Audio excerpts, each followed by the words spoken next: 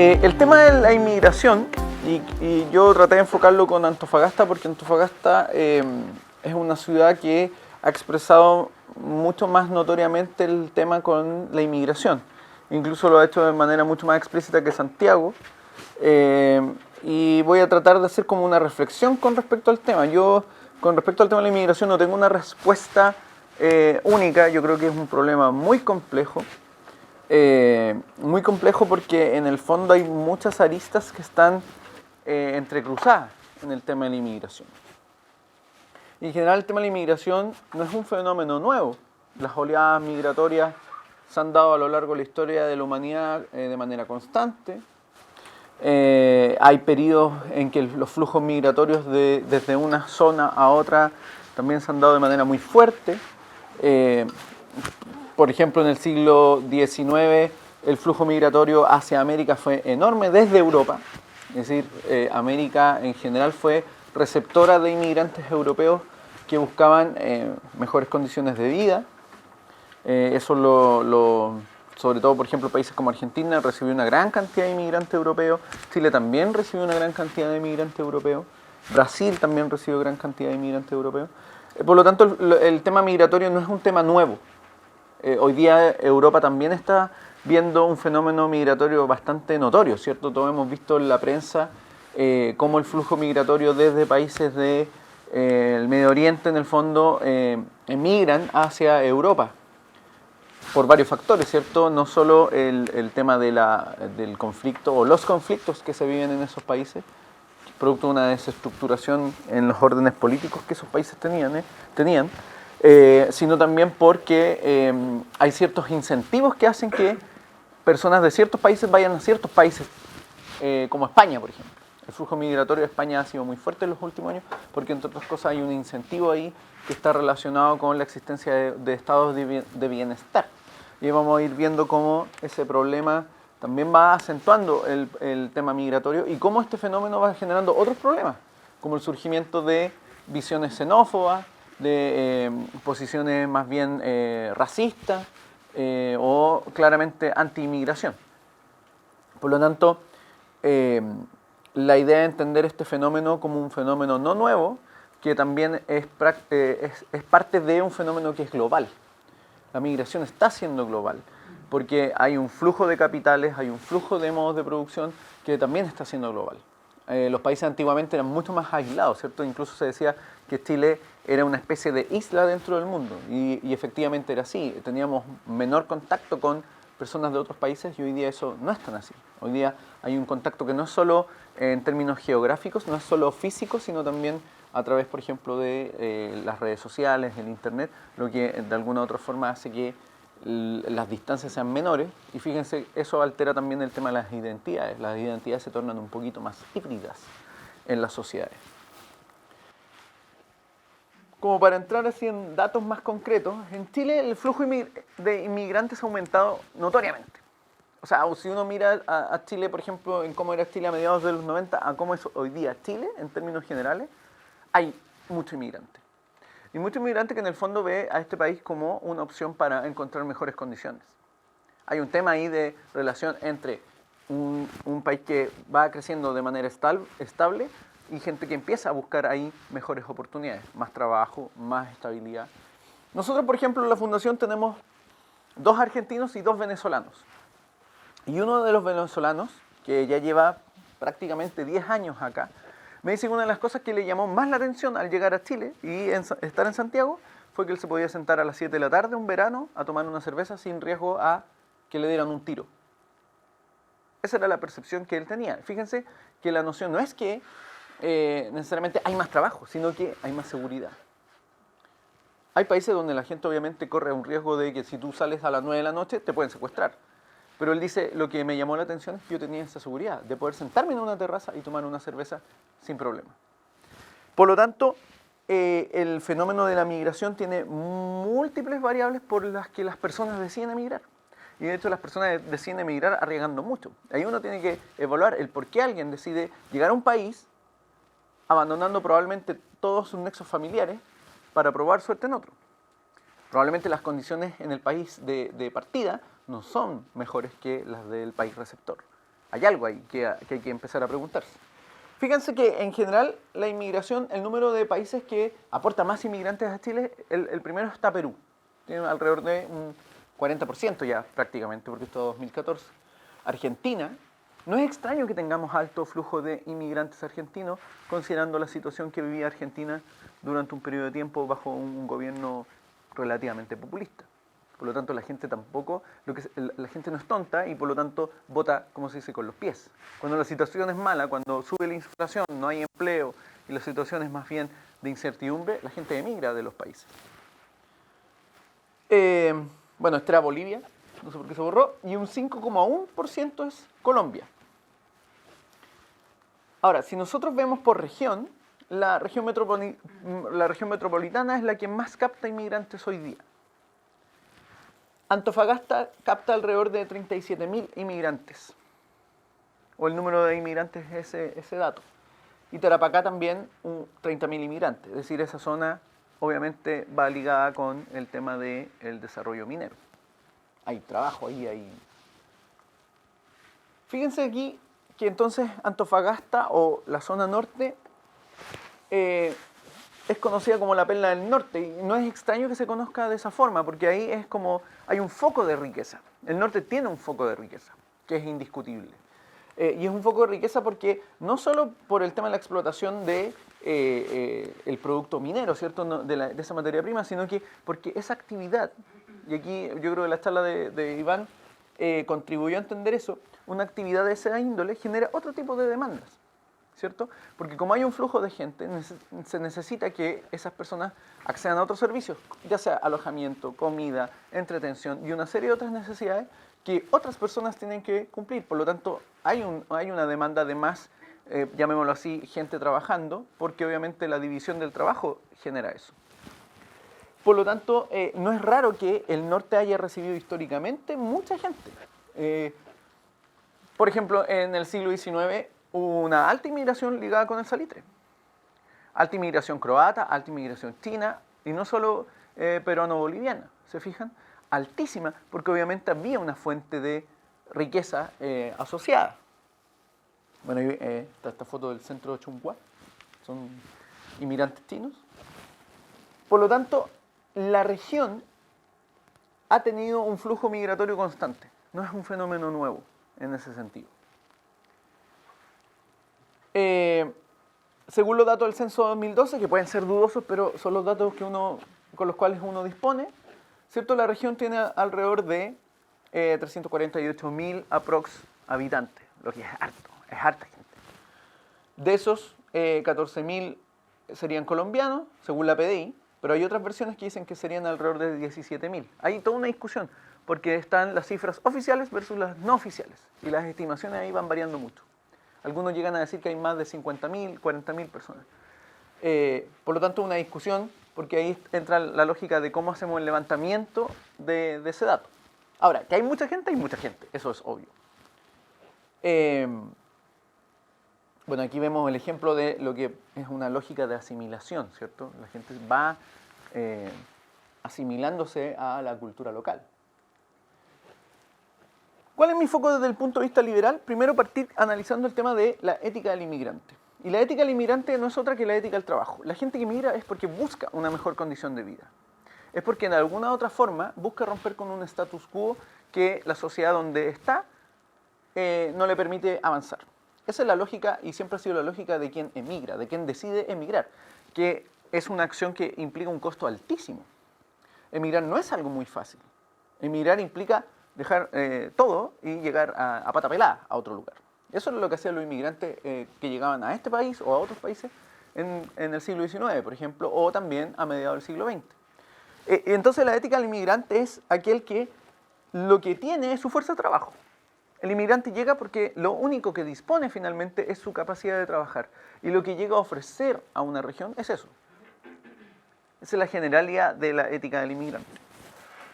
Y fíjense que la ética del inmigrante va como respondiendo a esa lógica. Finalmente la ética del inmigrante es aquel que dice, bueno, si las condiciones en las que yo estoy acá, en este lugar, no son las más adecuadas para mi familia, entonces voy a buscar otras opciones en otro lugar.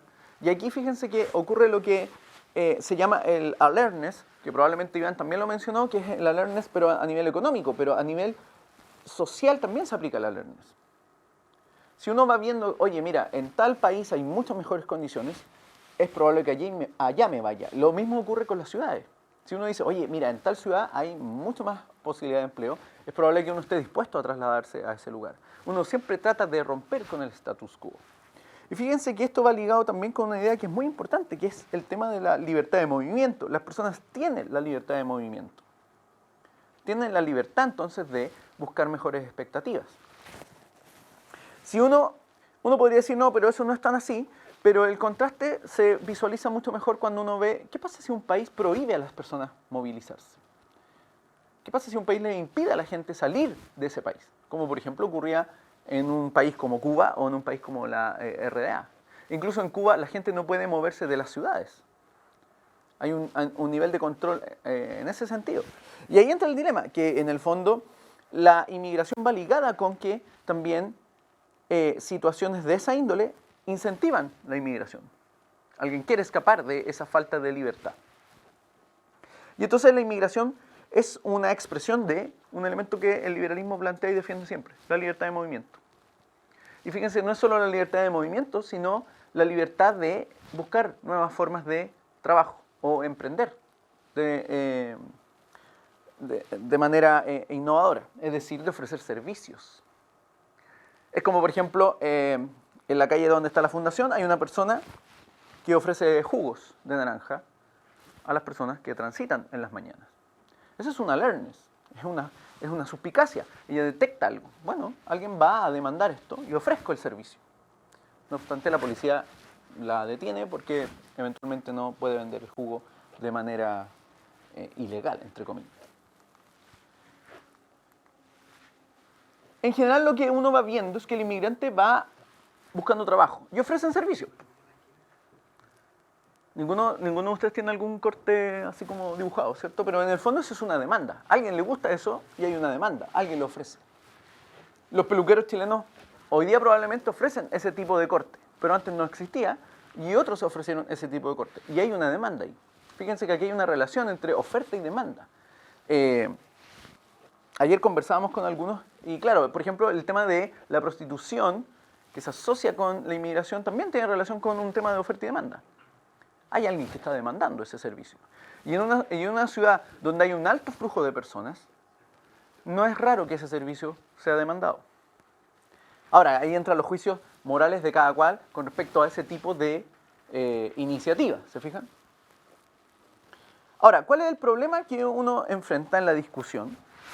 Y que yo creo que es el tema que desde el punto de vista liberal constantemente se está enfrentando es qué se hace en ciertas situaciones con el flujo migratorio. Por ejemplo, Europa tiene un alto flujo migratorio que obviamente genera una serie de, podríamos llamar, externalidades negativas que afectan a los ciudadanos, digámoslo así, nativos de los países receptores. Y la discusión en términos generales con respecto a esto es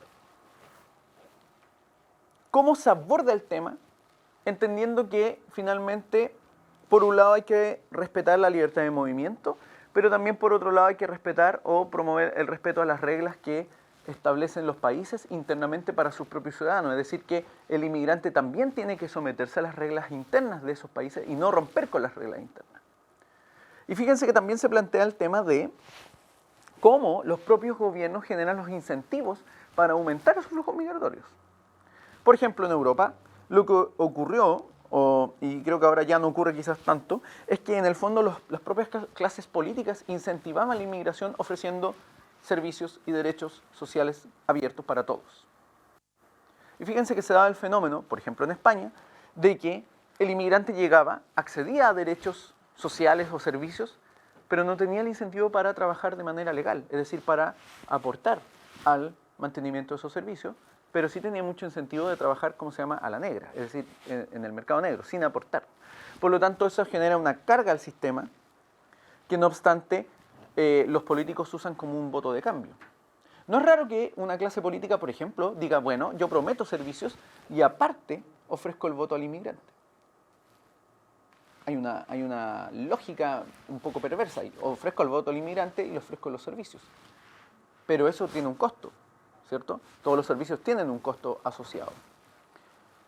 Yo no sé si acá será así. Lo único que yo sé, según lo que yo investigué, y si alguien tiene otra información mucho más fidedigna, pero lo que yo sé es que hoy día los terrenos que se administran en la ciudad son administrados por bienes nacionales. Es decir, son de control estatal. Por lo tanto, la especulación va ligada con cómo la propia autoridad va manejando esos terrenos. Ese también es un incentivo perverso en la lógica de la inmigración. El otro problema, y por eso tengo este título, es qué pasa cuando el flujo migratorio empieza a generar una reacción contra el flujo migratorio y lo que empieza a enarbolarse es un discurso que más bien es contrario a ciertas libertades o que plantea sacrificar ciertas libertades en pro de frenar el movimiento migratorio.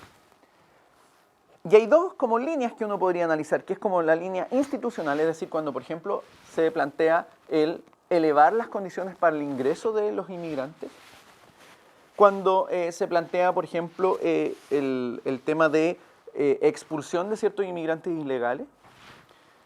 Pero el peor problema es cuando se enarbolan los discursos de índole xenófoba, porque eso alimenta otro tipo de demagogias políticas internas. De hecho, los fenómenos que se viven hoy día en Europa tienen relación con eso. Donald Trump también responde a eso. Si uno ve, por ejemplo, el video de la campaña de Donald Trump, hay un tipo disfrazado de Donald Trump y suben mexicanos y él los golpea. Sube otro mexicano y él los golpea.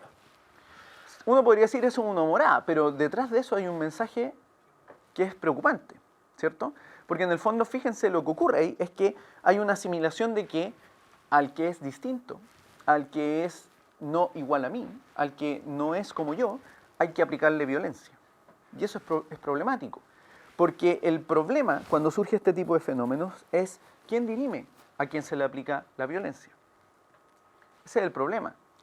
Y en la discusión entre los liberales se da el tema de cómo hoy día la temática parece ser no que el Estado tiene que ser necesariamente neutral, sino que la sociedad tiene que asimilar que hay pluralidad de valores en un espacio determinado. Y es una discusión que tienen los tipos. Fíjense, por ejemplo, bueno, aquí estas son fotos que encontré de lo que hubo una marcha después acá sobre los inmigrantes. Y aquí entramos en el problema. Por ejemplo, negros narcos. Hay una asimilación, ¿cierto?, de un fenotipo con una conducta criminal. Eso es preocupante. Es muy preocupante. Fenotipo con una conducta criminal. No obstante, fíjense lo que dicen los datos en el fondo. En 2014, de los 15.000 y tantas personas imputadas, 1.300 eran extranjeras. El resto eran chilenos.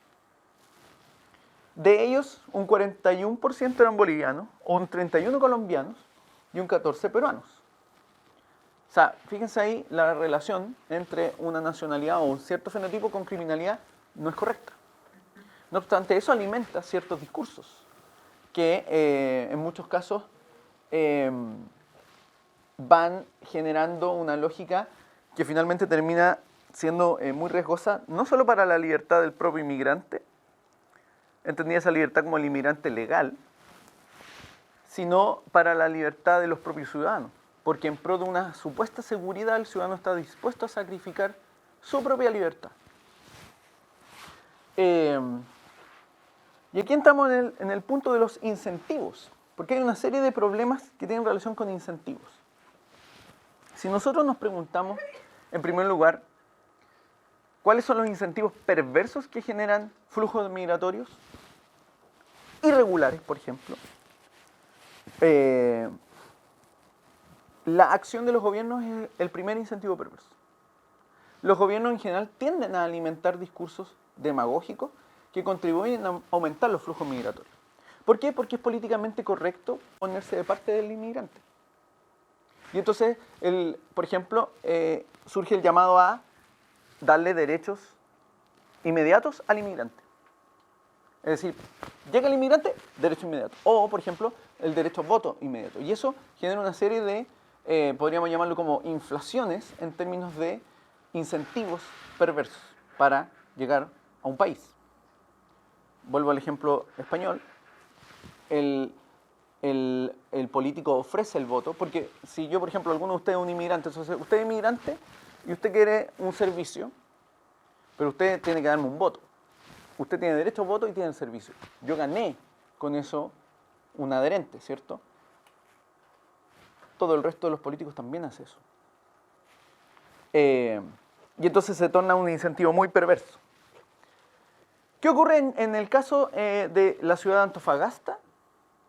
Es bien complejo, porque el flujo migratorio es bien variado, es muy variado. Tiene relación con el tema económico, efectivamente, pero lo que deberíamos preguntarnos es cuáles son los incentivos en términos institucionales, es decir, cómo la autoridad, ya sea regional, nacional o municipal, genera incentivos para que ese flujo aumente. Podríamos preguntarnos, por ejemplo, cómo la autoridad, en el fondo, genera incentivos para que las personas no se radiquen de los lugares donde se instalan de manera irregular. Y entonces lo que ocurre es que, por ejemplo, el gobierno no erradica eso mientras no existan políticas habitacionales establecidas.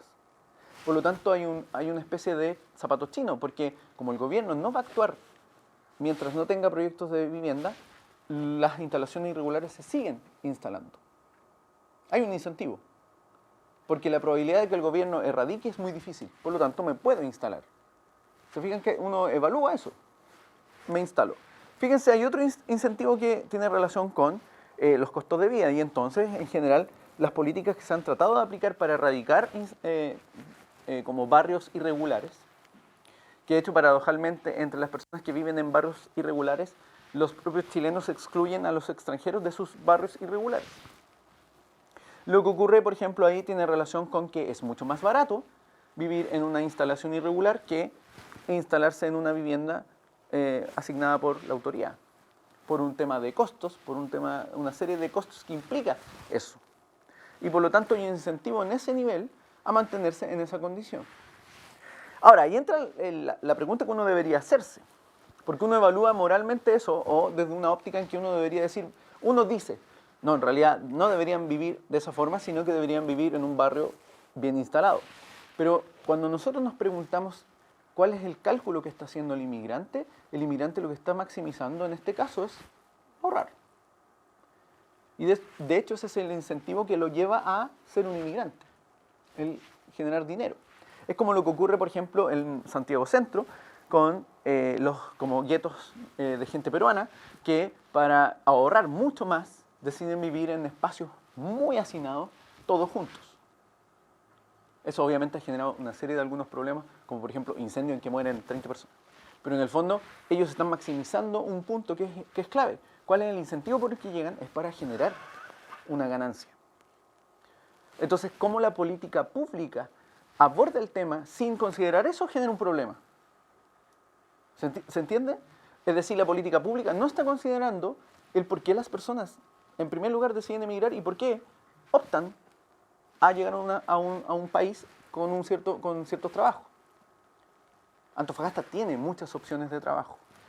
En general, por ejemplo, hoy día, como anécdota, fui a la radio y el señor que me llevó en el taxi me decía, mira, aquí hay harto extranjero. Pero el problema es que el propio chileno no quiere hacer muchos trabajos que hace el extranjero. Y entonces ahí se produce otro tipo de incentivo también, que tiene relación con que ciertas plazas de trabajo que el chileno deja de hacer por una lógica que yo creo que responde muy bien al tema de la división del trabajo, dejan de hacerlo, lo cumplen los extranjeros. Esto es un fenómeno que también se ha producido en países europeos, a medida que las economías crecen, ¿cierto? Y entonces las personas, llamémoslo así, nativas, dejan de cumplir ciertos roles porque empiezan a asumir otras tareas. Y el flujo migratorio se ve alimentado por eso. Por ejemplo, un dato anexo, para que se entienda el fenómeno en toda su complejidad. Según los últimos datos, las personas que se dedican a asesoras del hogar o nanas, el número de chilenas es de alrededor de un 6%, en comparación al año 50, que era como un 50%. ¿Quiénes cumplen hoy día el rol? En su mayoría son peruanas. ¿Por qué? Porque hay una lógica de división del trabajo. Eso empieza a ocurrir. Y es importante entenderlo Porque en el fondo ese es un incentivo que uno podría considerar negativo, pero que en realidad responde a algo más bien positivo. Porque alguien está cubriendo plazas de trabajo que otros no quieren simplemente ocupar, porque hoy día probablemente acceden a otras plazas de trabajo. Eso, fíjense, nos indica que la sociedad chilena en general ha tenido un ascenso en términos sociales. ¿Cuántos de ustedes son primera generación en la universidad? ¿Ninguno es primera generación? ¿Cuántos son segunda generación?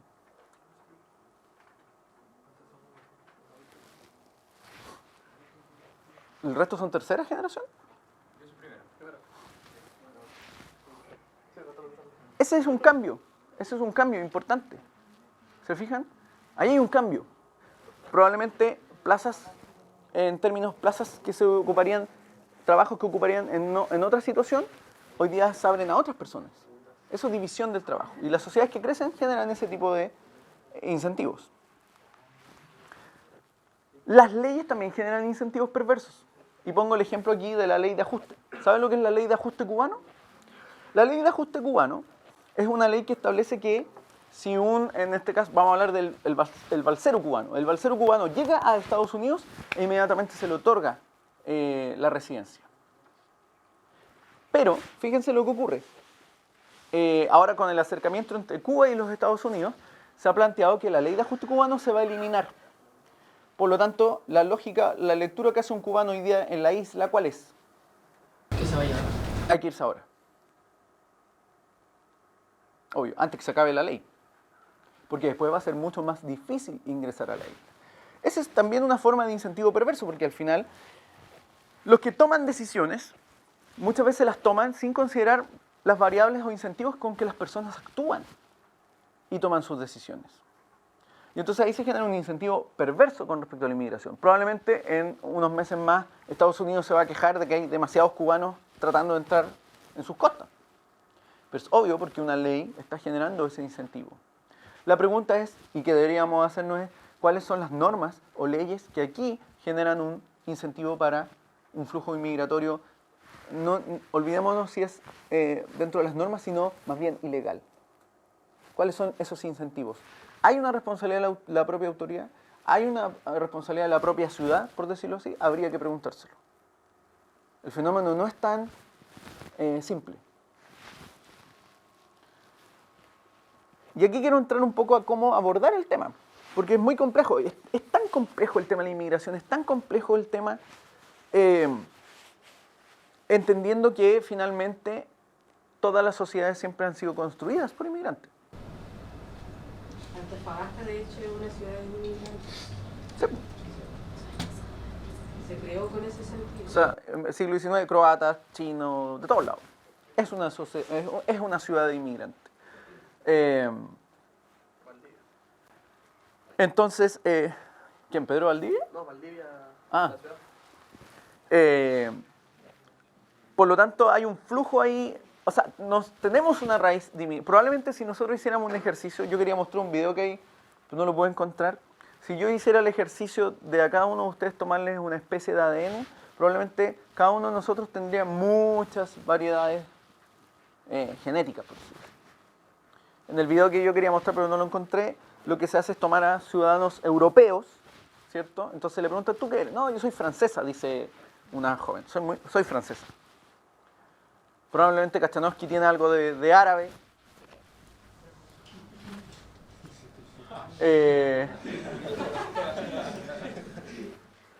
Pero entonces le preguntan, ¿tú eres francesa? Sí, yo soy francesa, muy francesa. Y le hacen la evaluación y le dicen, mira, tú tienes tanto porcentaje de como ascendencia, no sé, turca o indoarábiga, no sé. Había una mezcla. Le preguntan también a un británico y él dice, no, yo soy muy, muy británico. Pero también tenía genes africanos. Incluso en el video le dicen, bueno, y también a una de las jóvenes le dicen, bueno, hay un primo tuyo aquí. Y claro, era como una especie de pariente lejano. Pero en el fondo, ¿a qué voy con esto? Es que en Chile también se produce un fenómeno que es bien paradójico, que el chileno a veces tiende a ser un poquito racista y como que a veces no nos miramos al espejo. Entonces como que somos un poquito racistas y no nos miramos al espejo. Y nosotros tenemos una variedad genética bien notoria, ¿cierto? Entonces, ahí también hay que entender que finalmente los flujos migratorios no los podemos frenar. Que probablemente en unos años más vamos a tener niños chicolombianos, como se da hoy día en Santiago con niños chiperuanos. Es decir, que cuyos padres son o peruana, o chilena y peruano. Y eso se da y es normal. Y está bien que ocurra. Porque en el fondo eso demuestra una forma espontánea de integración. Que ojo, el problema es cuando la autoridad trata de generar la integración. Cuando la autoridad trata de obligar a la integración.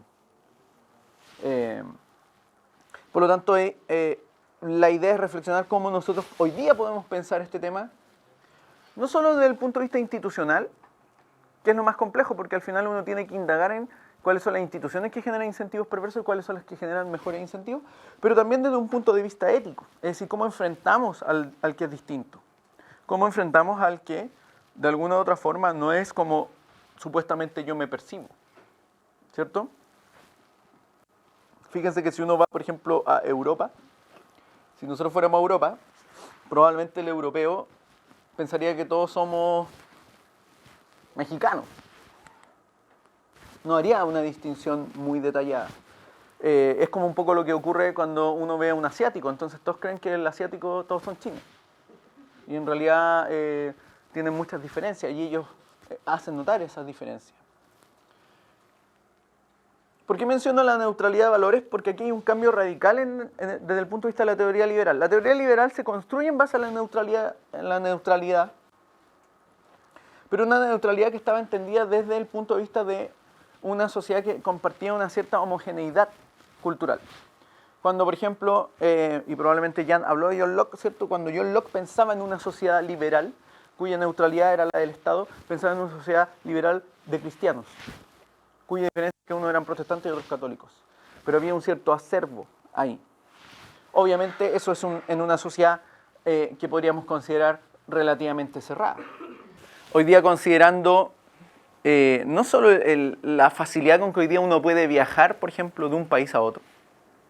Por ejemplo, ahora empezaron las vacaciones de invierno y probablemente hay muchos chilenos que viajó a Brasil o se fueron a, no sé, viajan ahora el chileno vacaciones de invierno y viaja afuera, lo que antes no ocurría. Considerando ese tipo de fenómenos, hoy día las sociedades no son cerradas. Hoy día no existe una sociedad de solo cristianos. La sociedad europea no es una sociedad de solo cristianos. La sociedad chilena no es una sociedad de solo católicos. Eso cambió hace mucho rato. No solo, fíjense, no solo porque hay un flujo de gente distinta, no solo porque hay ideas distintas, sino porque hay un acceso a ideas distintas. Y fíjense que eso va ligado con el tema de cómo las culturas se van haciendo más híbridas. Por eso la relación de lo nacional ligado con un fenotipo hoy día es como algo arcaico en realidad. ¿Cierto? Uno ve la selección francesa y la selección francesa no es un concepto de la patria o la nación ligada con un fenotipo racial. Si alguien piensa en esa forma, está pensando en el siglo XVIII. Hoy día eso no es así, es imposible. Piensen, por ejemplo, en Jean Beauseyou. Probablemente en el futuro vamos a tener en la selección muchos más Jean Beauseyou. Y probablemente eso va a permitir que ganemos más copas. Por lo tanto, la lógica de la neutralidad clásica del liberalismo está desafiada. Y en general hay liberales que están pensando en ese desafío y lo que plantean es que lo que hay que asumir es que hay una pluralidad de valores. Y que esa pluralidad de valores no la vamos a resolver. Es decir, que no podemos generar una homogeneidad valórica entre los sujetos, sino que tenemos que asumir que todos los sujetos tienen valores distintos. Y que todos tienen formas de desarrollar sus proyectos de vida de manera absolutamente distinta. Y lo que plantean algunos liberales es que en el fondo a partir de eso entonces nosotros podemos pensar cómo enfrentar fenómenos hoy día más complejos de migración, de culturas mucho más diversas.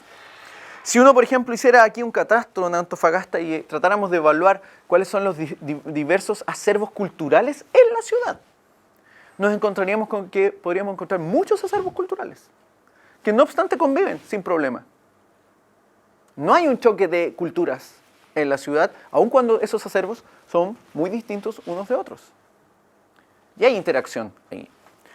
Y fíjense por qué, porque esta reflexión nos obliga a pensar que, en el fondo, nosotros siempre tratamos de pensar de que hay una especie de base valórica que es única para todos, pero en realidad lo que quizás habría que pensar es que los modos de florecimiento humano en realidad varían entre los sujetos.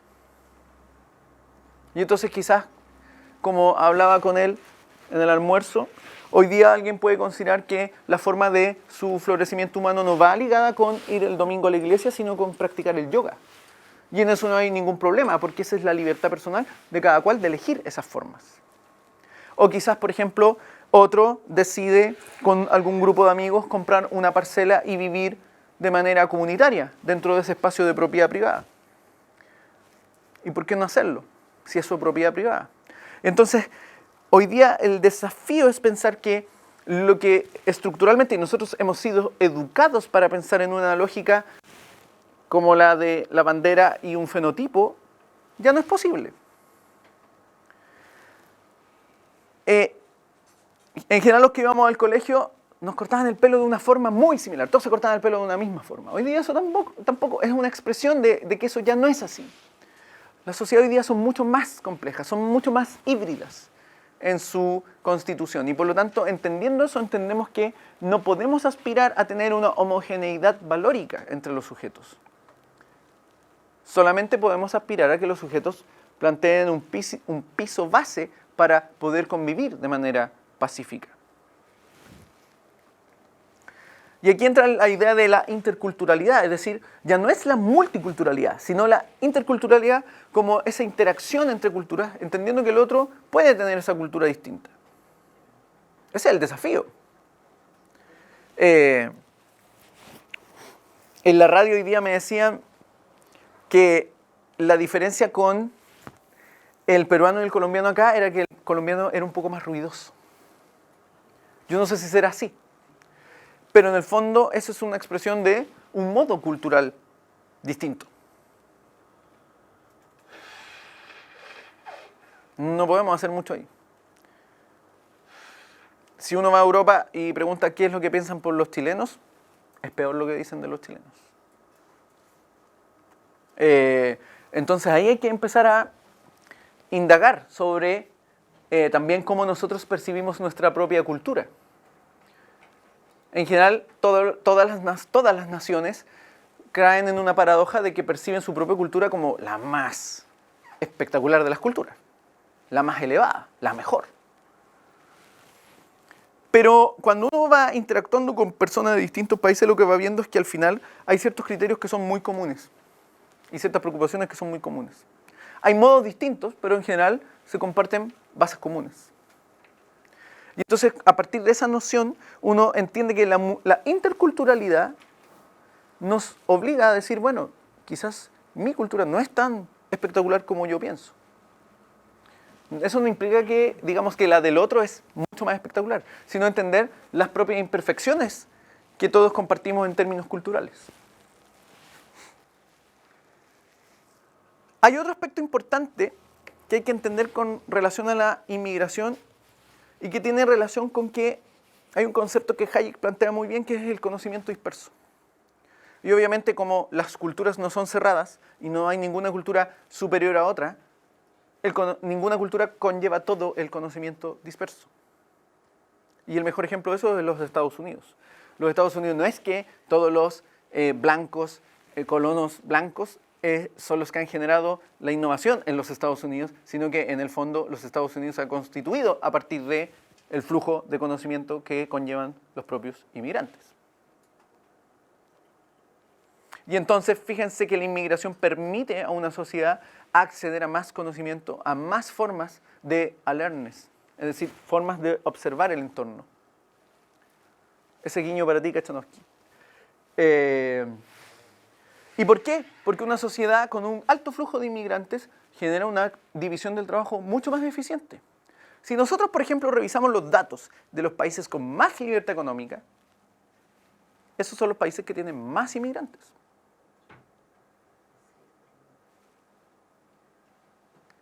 no lo tiene Corea del Norte. Corea del Norte no tiene un alto flujo de inmigrantes y probablemente tampoco tiene una gran captación de conocimiento. Fíjense aquí que hay un tema clave. El inmigrante es un motor de información. El inmigrante acarrea información, la traslada. Cuando nosotros pensamos en el flujo de bienes, siempre pensamos en el flujo de bienes materiales. Pero resulta que el inmigrante también conlleva información, también trae nueva información.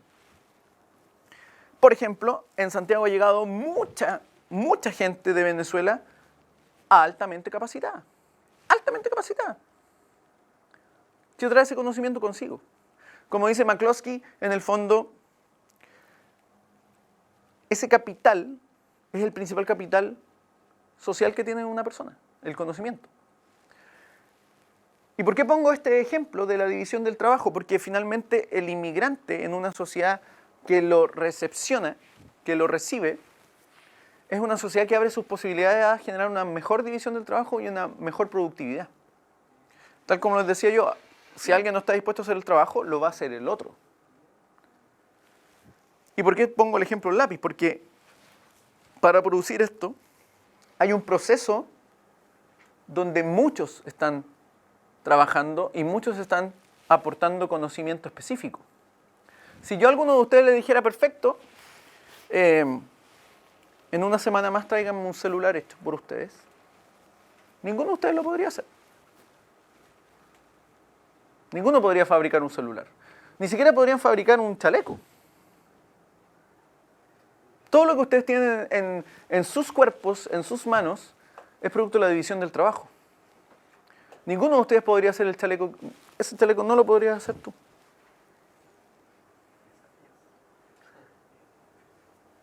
Ni siquiera en el tiempo en que se produjo ese chaleco. Piensen en los relojes, los lentes. Esos lentes no los puedes hacer tú en una semana. Imposible. Eso es todo producto de la división del trabajo. Una sociedad que recepciona inmigrantes genera esa apertura. Lo que está ocurriendo, por ejemplo, en Santiago es que hoy día las labores, por ejemplo, de recolección de basura las están haciendo los haitianos. Y fíjense que aquí entra un tema que es clave, que es el valor del trabajo. Volvemos al punto de la ética del inmigrante. El haitiano, nosotros el año pasado fuimos con Armando a Haití. Y yo creo que para el haitiano hoy día la labor que cumple es mucho más digna que la opción que tenía en Haití. No obstante, un chileno le ofrecen un empleo de ese tipo y va a decir, es que eso es indigno. ¿O no? Entonces ahí entra el tema de lo que decía un poco Iván también de la valoración subjetiva, que se aplica también en ese sentido. Mejoras tu condición y estás dispuesto a trabajar. Porque ahí entra el tema. La ética del trabajo no distingue entre trabajos dignos e indignos. Trabajar es digno. Una sociedad entonces que recepciona a los inmigrantes genera una revalorización del trabajo. El trabajo de nuevo se dignifica. Esto obviamente no implica que no se establezcan las normas y exigencias que toda persona debe respetar. Base, respetar derechos de propiedad, respetar la integridad del otro, no transgredir las normas. Es obvio. Pero una sociedad que es abierta, fíjense, la inmigración refleja también cuán abierta es una sociedad. Una sociedad abierta atrae al inmigrante. ¿Por qué atrae al inmigrante una sociedad abierta? Porque el inmigrante percibe que puede insertarse en esa sociedad. ¿Por qué el flujo de inmigrantes es de Cuba a Estados Unidos y no de Estados Unidos a Cuba? ¿Por qué? No es solo por un tema económico. No es solo por un tema económico. Es porque también las personas perciben dónde van a tener más libertad. Más libertad personal. Gracias, chiquillos.